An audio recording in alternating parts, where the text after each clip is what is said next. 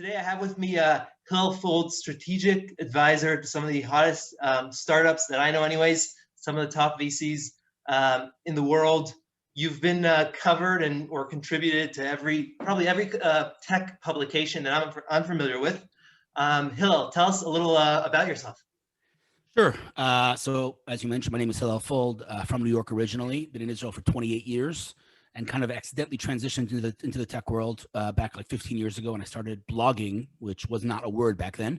I just started writing my thoughts, and entrepreneurs started to reach out. I'd offer some help with no business model, just trying to be good for people. And turns out that was the best thing I ever did, because I was establishing trust. And so a lot of these companies came back to me and wanted to work with me officially. And so for simplification's sake, I basically built a venture capital firm without capital, right? So I have a big portfolio of companies I'm working with on growth. In addition to that, I do a lot of content. As you mentioned, I write for TechCrunch, Next Web, VentureBeat, Mashable, Business Insider, Inc., Entrepreneur, etc., JPost. And then I do daily video blogs about Israeli entrepreneurship and a recent podcast that I started called Bootstrap. In addition to that, I work with some global brands like Google and Huawei and Microsoft and Oracle and a few others, and I do a lot of public speaking. So I'm basically a kid in a candy store. There you go. No, that's epic. So, when I met you 10 years ago, I was like a fresh kid out of college. You were just starting your blogging career, whatever that meant back then. And now kind of every startup, in Israel that's trying to go to market, you're like, the number one person they're hitting up. How does that happen? That kind of transition from like, being, nobody, and then to being like the number one person on everybody's list. Pardon me for the cliche, but it's the answer is twofold. One, just going all in on your passion, despite the many pieces of advice that I got in the early days to monetize. I just played a long game, and I just went all in on my passion my passion of technology. And the second thing is try to be a mensch in business, because again, most people view business as a zero-sum game. For me, it was not a zero-sum game. I was trying to help, and with no strings attached, and I continue to do that. And again, I think the most important asset in business is trust, and I was establishing trust. So again, passion and just trying to do good for others. Love it. So this is why I was so really excited to speak with you. So our community of people, at Chartloop are mostly like people in sales, enterprise sales, founders, marketers, but they're, we're pretty much doing the same thing we've been doing for the past 30 years. We're emailing, we're reaching out. How can you apply your go giver approach if I'm a salesperson? And also, maybe not you have your network, you've been doing this for 10 years, but if I've just like started, how do I get started that way? Well, I don't think there's any magic tricks or kind of silver bullets, but I will say the concept of giving other people a stage is, in my opinion, the best business strategy. So in other words, I'll just give a very practical example. Instead of reaching out to someone on LinkedIn and saying, hey, use my product, we're the greatest in the world, say, hey, Hillel, great to connect. I'd love to hear about your work. Who doesn't want to talk about themselves, right? So you give other people the opportunity to talk about themselves, then they open up, and then you can, go in for the kill. So, quote unquote. Right. But, I think I get these messages every day, and it just boggles my mind. Like, why would you, add me on LinkedIn as soon as I accept? I don't know you. We have zero trust, and you just go in for the kill and try to sell me something. It's crazy. And so I think the best thing to do is really kind of, tell me about your challenges, tell me about your work. I want to hear, that kind of thing. And once it opens up and you establish some trust, then you can talk about your product and what and another thing is, like, a lot of people talk about collaborations. Oh, let's collaborate. And I'm like, okay, what do you have in mind? Well, I want you to promote me. How is that a collaboration? So, when you use the word collaboration, make sure it's mutually beneficial, but really just start with the other person. Don't start with yourself. And I think a really good question is, what are your challenges? People are delighted when I ask that question, because not many people ask them that. And so I want to hear about your challenges so I could see if I can help you with anything. And people just love that. Totally. So this is really, really spot on. Like, thinking about the other person first. How would you say, like, if we played this context of, like, a big company, let's say I'm a startup founder and I want to get our product into Salesforce, into Google, right? So it's a lot harder to, kind of, okay, what's happening on your side? What kind of problems can I solve for you? How would you, like, try to crack such a big nut? I learned from this guy named Sean Lewin a long time ago that he would send PDFs to companies that he was pitching. And that way, I'm a CEO of a company. I get a PDF that I can use and is helpful and beneficial and valuable for me. I definitely want to talk to you. So instead of you sending me an email or whatever, pitching me something, saying, hey, look, I prepared this thing for you using our product. I'd love to talk to you about it. It's like, oh my God, I just got some free a gift from this guy, I definitely want to talk to him. So that's a good way to open the door for sure. It's a nice icebreaker. By the way, here's a hack. Yeah. Here's a hack. Okay. I don't think I've ever talked about it. Maybe I have. I'm not sure, but it's going to sound so stupid to you, but I promise you, okay, like scientifically, this works, okay? And I do it all the time, and it works literally 100% of the time. It's going to sound so stupid. Are you ready? Yeah. Instead of using the words, can I do this for you? Can I talk to you on the phone? Can I use the word may I?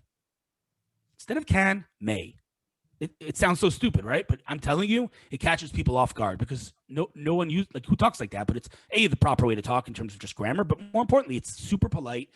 And it's very hard when someone say, "Hey, may I grab 5 minutes of your time?" Rarely are people going to say no. I've used it and it works. I'm telling you, it sounds really, really like trivial, but try it. You'll see. No, that's epic. So I know you have relationships, with all these big companies, all the Googles and Facebooks. You're an advisor at a bunch of. Oh, there we go. Yeah. Love your new virtual background. By the way, tell us about it. Where'd you get this? Like, I need mine. You need to see mine is pretty. Yeah. So actually, this is actually I didn't think about it till this very second when you asked that question, but it's a typical example of my business philosophy, right? So like a year and a half ago, I was invited to New York, flown in to do a couple of talks. Yes, they flew me in, whatever, but the talks themselves, I didn't get paid for I didn't get a speaker's fee for the talk themselves. And a lot of people would say to me, and they do say to me, why are you doing these things for free? You're crazy. You're a friar. You're a sucker. What are you doing? Well, I did that. And there was a massive crowd there to come hear me talk. And many of those, people that were there I'm still in touch with and have opened opportunities and opened doors for me. But this virtual background came from a company called the Designers Group that reached out to me on LinkedIn and said, hey, we want to create a virtual background for you. And I did not make the connection of who is the CEO of this company until about 2 days ago when I posted this background on Instagram, and the CEO thanks me, and I realized, oh my gosh, this is a woman who was in that talk, and that's how we connected. So you do things for free. People don't realize you end up gaining more than if you would just take a speaker's fee. And so, this was a perfect example. They just made this virtual background for me, and it's called the Designers Group. And yeah, I love it. It's pretty cool. They're actually going to add a drone in the background and my logo on the wall and a few other things. But yeah, this is pretty cool. Right. No, totally. We have this saying in the Aramaic, "Shlach lechmecha," send your bread upon the waters, because eventually it's going to catch up with you. So that really embodies your philosophy. Indeed. Love it. So I'm trying to kind of break down, this relationship building, because, for you, this is like you do it in your sleep, right? But for other sellers, other startup founders, it's a lot harder. You're like an advisor for, I forget who it is, Microsoft, a whole bunch of other, big accelerators, people like Google and Apple, right? All the kind of top companies. How did you go about building those relationships? Like, oh, nice. Your mic is blocking the Apple. So here we go. How did I build those relationships? I mean, again, I feel bad that I'm like a broken record, but honestly, I didn't go out and search for these relationships. They all reached out to me, and they all reached out to me from me producing content for free. I never monetized my content, and just trying to do good for the ecosystem. So, whether it's Google who reached out to me and said, hey, you have a really engaged audience, let's work with you on, I'm recording today, I should say, my keynote for a global Google event, global, and I'm the opening keynote. And they reached out to me, and actually the guy who reached out, his name is Matthew Yeager. How did I connect with him? Twitter. And so almost all of the opportunities that kind of manifested or came to fruition all came from free work. Anybody, look at Nike. The president of Nike came to Israel and they asked me to moderate a panel for her. Whatever it may be, every single company I think on that wall came from me trying to do good for other people. Right. Okay, and that's really epic. So for an individual, contributor, you're a salesperson at a company, you've been there for a year or two, how would I do that? How do I build my own relationship building playbook? Well, first of all, I just want to say you're a very good interviewer. You should do this more often. Second of all, I think, listen, it's really, it sounds big, and what I'm about to say is going to sound unattainable to most people, but it's really not. So let's say you're trying to sell, let's say you're trying to sell an enterprise product. So number one, this is a really important point that I don't think most people get. I know most people don't get it. And that is that any CIO or CTO of a big company goes home at 5 o'clock, 6 o'clock, 7 o'clock and becomes a consumer. So totally. you think you have to talk in fancy buzzwords and talk CIO language, but you're wrong. Because if you're selling to that CIO, talk his or her language, which is just as consumer as anybody else. That's number one. I'm not saying you shouldn't know, the technology jargon when they ask you questions, but talk like a human being. That's number one. Number two, establish trust. Just like you would in real life. You wouldn't approach someone in real life and say, hey, buy my product. You just establish a little bit of a relationship. Same thing, in sales. And third of all, on a higher scale, if you really want to, I'd say establish yourself as like an authority or a thought leader, for lack of a better term. Share your knowledge, right? So this is something, again, that most people don't know. There's like, oh, I have trade secrets. I'm going to keep them close to me and not share. That's crazy, man. What does Red Bull do? They jump out of planes. What does every brand out there do? They share content about their industry. And so, I think if you're selling something, you should be producing content, whether it's written content, podcasting, video, whatever it may be, sharing your thoughts so that when you pitch that CIO, you pitch that CTO, they'll Google you and they'll come across your content. They'll realize, okay, this dude is serious. And so, just instead of focusing on, outbound and how you get on try to think about some inbound, or at least, I'd say I'm going to invent a term right now, or at least assisted outbound. Assisted outbound. Okay, there we go. TM. No, I'm serious. Like, if you're reaching out to someone in today's day and age with all the noise, everyone has so much noise, right? And you're reaching out to them cold, and there's no, you just have no presence. You have no footprint. It's going to be very hard to sell. But if you establish trust and you establish your name as somewhat of an authority, that sale will be a whole lot easier. Totally. Is there like a startup or a company that, either you advise or, like that really nails this, does this right? And like, hey, look at, X, you should be doing that. Oh, there are so many. If you look at, let's just take a very obvious example. And I'm not advising them, but they're good friends and, good friends of yours too. Aleph VC, right? Totally. Forget Aleph VC. Look at Andreessen Horowitz, look at Fred Wilson, look at all these top VCs. They're all producing content, podcasting, blogging, and it's true. But I think every brand out there, one that comes to mind that I don't advise, but a company called Zagg, Z-A-G-G. They look at invisible shields for your phones. Yeah, look at them. They're producing, absolutely. They're producing so much content. Oh, you have it? No, but I used to, the past one. So they produce so much content. Again, not about themselves, not self-promotional content, but industry content. And so they're out there. Whether again, Parrot, even Apple, which is an extreme example. They were all like secretive, and now Apple's all over the place. Like they're social and blogging, everything. So I think it's pretty across the board that brands produce content about their industry. Love it. No, that's really great. So, as we said, like, the old school salesperson has been like, you do what you call smiling and dialing, as Avi Wiesenberg calls it, or like you're just emailing or you're reaching out on LinkedIn, right? That's kind of like your old school approach. Now you're on all the, the cutting edge platforms, whether it's, Clubhouse or, every like we're, now it's 2021, January, or actually February, right? Time flies and it's during COVID. Like, where do I need to be, right? I want to, how can I shift from being an old school guy to like being on the bleeding edge? Okay, so first of all, before we get to the bleeding edge, there are some, I'd say, fundamentals. And I think that Twitter is super underrated. I can tell you that 90% of my business relationships came from Twitter. I don't know about 90%, but 80%, whatever. Twitter is an amazing platform. And not because, you can tweet in 140 characters, 280 characters about your lunch, but you can use Twitter as a listening platform and hear what the industry is saying, right? So, when I, let's say, publish a website on the internet, Google takes 24 or 48 hours to index it. Twitter is a real-time search engine. You can put in any keyword and see what people are saying in real time. That's number one. Number two, everyone's on Twitter in the industry, at least in tech and entertainment and politics, everyone's on Twitter. And you can really establish relationships there pretty organically. And so people that I've connected with on Twitter include Mark Andreessen, Alyssa Milano, Ellen DeGeneres, like crazy people. And so, I think Twitter is amazing. That's number one. As far as bleeding edge is concerned, I think there are two platforms that are interesting. I'm not Gary Vaynerchuk, so I can't predict that they're going to be huge successes, but it looks like they are. One is a little more mature and one is a little bit kind of newer. The more mature one is TikTok. And I know what you're all thinking, stupid little girls dancing. Okay. I'm telling you that my TikTok is full of business insights and business personalities. And yes, it's very entertaining. Obviously, I don't follow little girls dancing, but it's very, very entertaining. But besides that, it's becoming, quite a mainstream platform. Are you producing stuff? Not really. I just kind of started a little bit, but I'm not really doing that. We'll see. Maybe I will. Is that in your game plan for the next few months? Yeah, I think I should because it's a very interesting platform. Okay, I'm subscribing. But the more bleeding edge stuff, I for sure think Clubhouse is a very interesting format, despite the fact that I'm a little bit bitter because my startup Zcast was like basically Clubhouse before Clubhouse. But Clubhouse is really interesting. Yesterday, I went live on Clubhouse to talk about Israeli tech, and I had incredible people like Nas Daily and a few others come into the Clubhouse.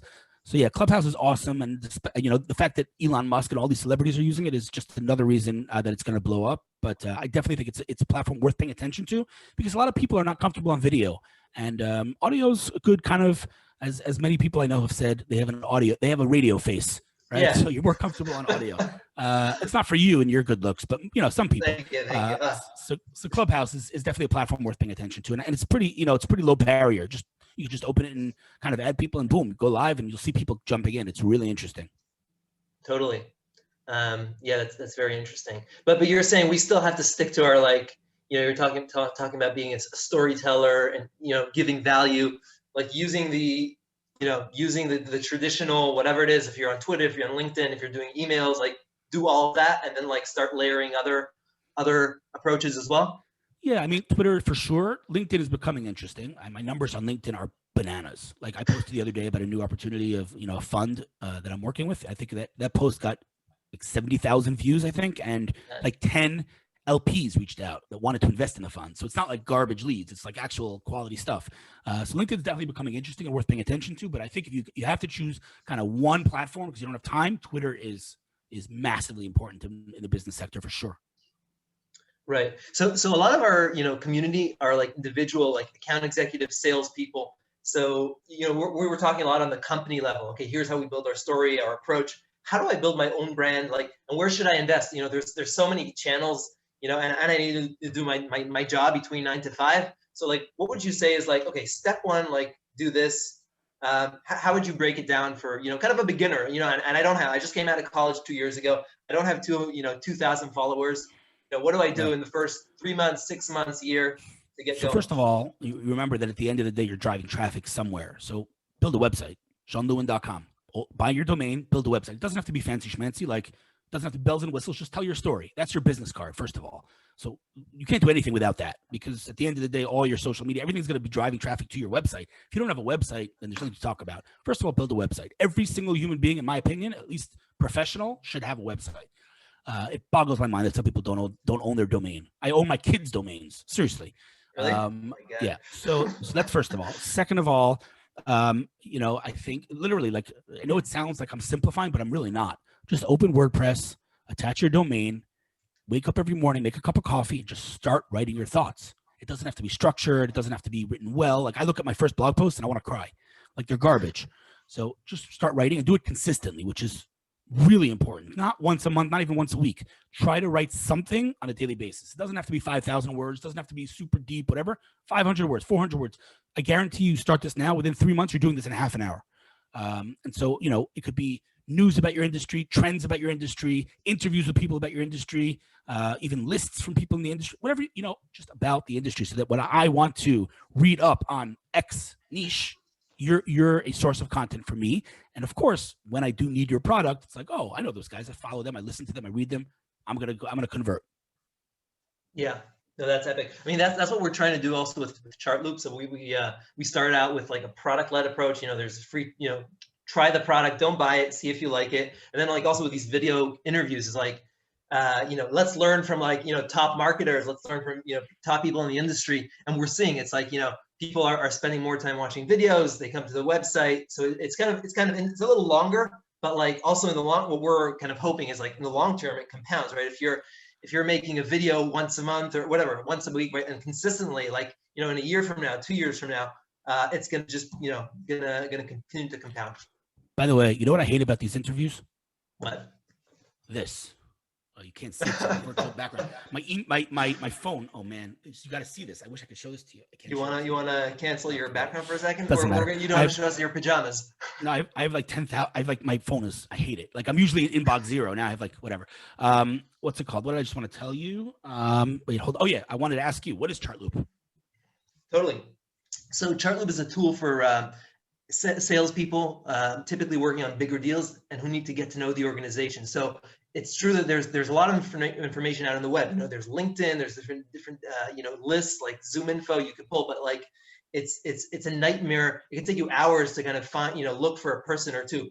With our tool, you come in and put in a company's name, and I want to see the sales department at Google in this country, and within 5 minutes you have the whole thing laid out, and then like starts the real work. Let's build relationships, as you've just been teaching us here. Right. So I mean, why aren't like people in companies, why aren't they going to hate Chartloop if you're like exposing their information? So we're taking totally publicly available information, from different search engines.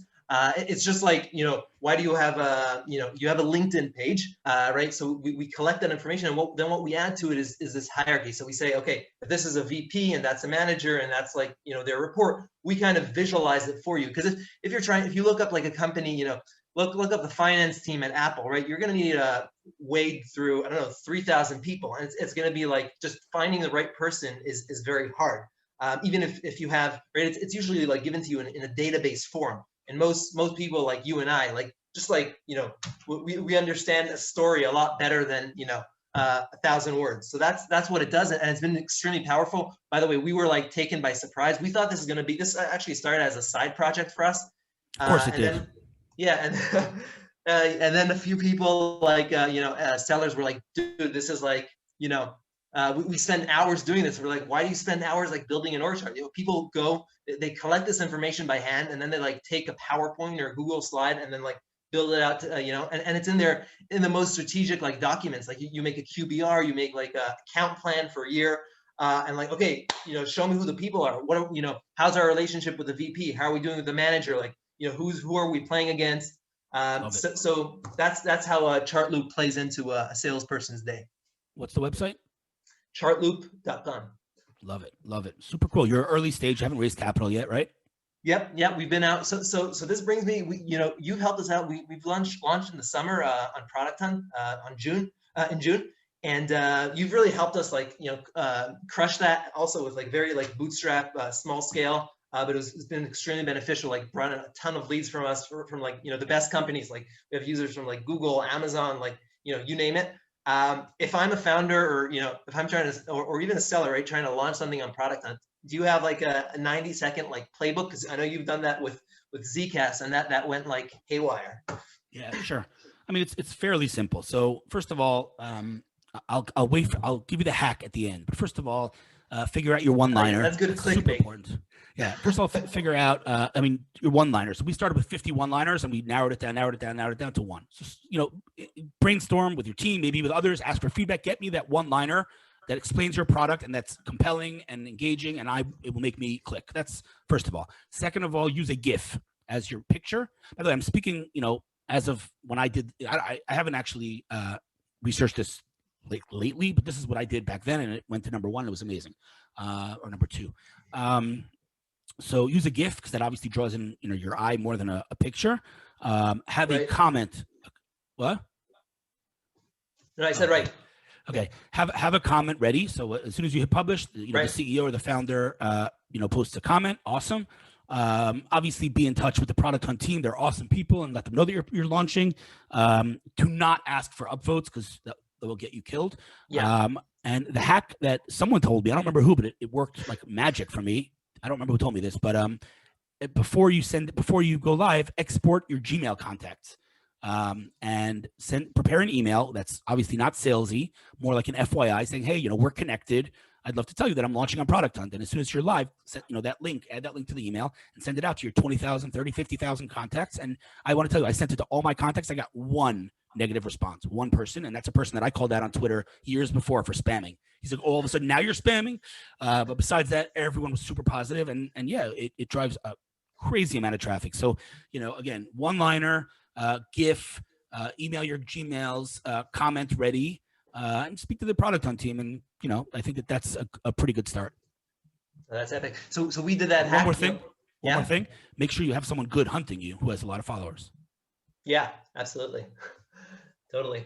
We did that hacking on a smaller scale. I think hundreds of people, and it was really phenomenal. And also just getting people excited, like, hey, we're launching. come, support, take a look, rekindles relationships. So that was a lot of fun. Cool. What are your, so you're like the software tools productivity guy. Like, what are your like top 1 or 2 apps that you kind of can't live without?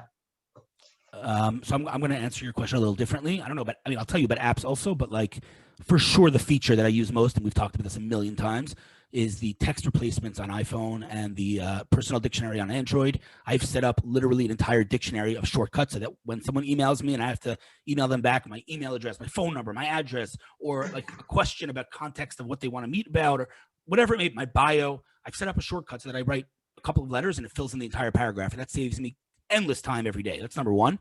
As far as like, apps, let's say that I want, that I can't live without. I'm just looking at my iPhone now. I mean, there's so many, but let's say, we got obviously the normal ones, Instagram, Drive, whatever. Layout is something that most people don't know about. It's an app by Instagram that you can easily create collages, and that's a really good app. All of the Lightricks apps, Facetune, Nice. Light Leap, all of those apps are really great. TikTok I use, Slack, obviously, Snapseed, another app that a lot of people don't know about. It's amazing for editing. And as far as Twitter, I don't use the Twitter app. I use Tweetbot, which is also an amazing app. So there's some good apps that I use, and recently added Clubhouse to that list. So you're an inspiration to follow. You have tens of thousands of followers, but let me ask you this question. Who do you follow? Who's interesting to follow in your opinion on Twitter or on LinkedIn, on the web? Yeah. Okay. So I follow, a few thousand people. I don't know, 2,000 people. The truth is I use lists more than following. I follow people because it's a courtesy. When they follow, you follow them back, but I use my lists. I don't actually read the feed on Twitter. I make Twitter lists of people. So like my favorite people, journalists, analysts, whatever it may be.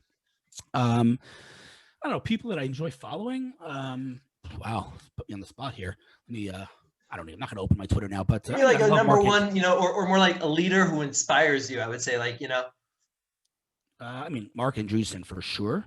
The famous venture capitalist and the man who invented the modern web browser at Netscape, invested in Facebook and Twitter and Slack and all these guys.